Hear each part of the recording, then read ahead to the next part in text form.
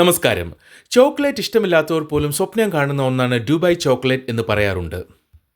ഇതിൻ്റെ രുചി എന്താണ് എന്ന് അറിയുവാനുള്ള ആകാംക്ഷ മൂലം ഞങ്ങളും ഒരു ദുബായ് ചോക്ലേറ്റ് വാങ്ങി. ഇതാണ് ദുബായ് ചോക്ലേറ്റ്. ഇതിൻ്റെ പ്രധാന പ്രത്യേകതകൾ എന്തൊക്കെയാണെന്ന് നോക്കാം.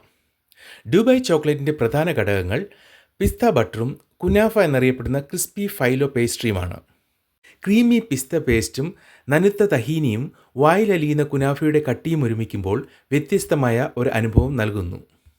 തഹീനി എന്നത് എള്ള് വിത്തുകൾ അരച്ച് തയ്യാറാക്കുന്ന ഒരുതരം പേസ്റ്റാണ്. സാധാരണ ചോക്ലേറ്റുകളിൽ നിന്ന് വ്യത്യസ്തമായി ഇതിൽ ഉയർന്ന നിലവാരമുള്ള ചേരുവകളും ഗൗർമെറ്റ് ഇൻഗ്രീഡിയൻസും ഉപയോഗിക്കുന്നു. ഈ ചോക്ലേറ്റ് ആദ്യം ദുബായിലെ ഒരു ചോക്ലേറ്റ് കടയിൽ നിന്നാണ് പ്രശസ്തമായത്. അതുകൊണ്ടാവാം ഇതിന് ദുബായ് ചോക്ലേറ്റ് എന്ന് പേര് വന്നത്. സൂപ്പർ. അടുത്ത വീഡിയോയിൽ വീണ്ടും കാണാം. Thank you.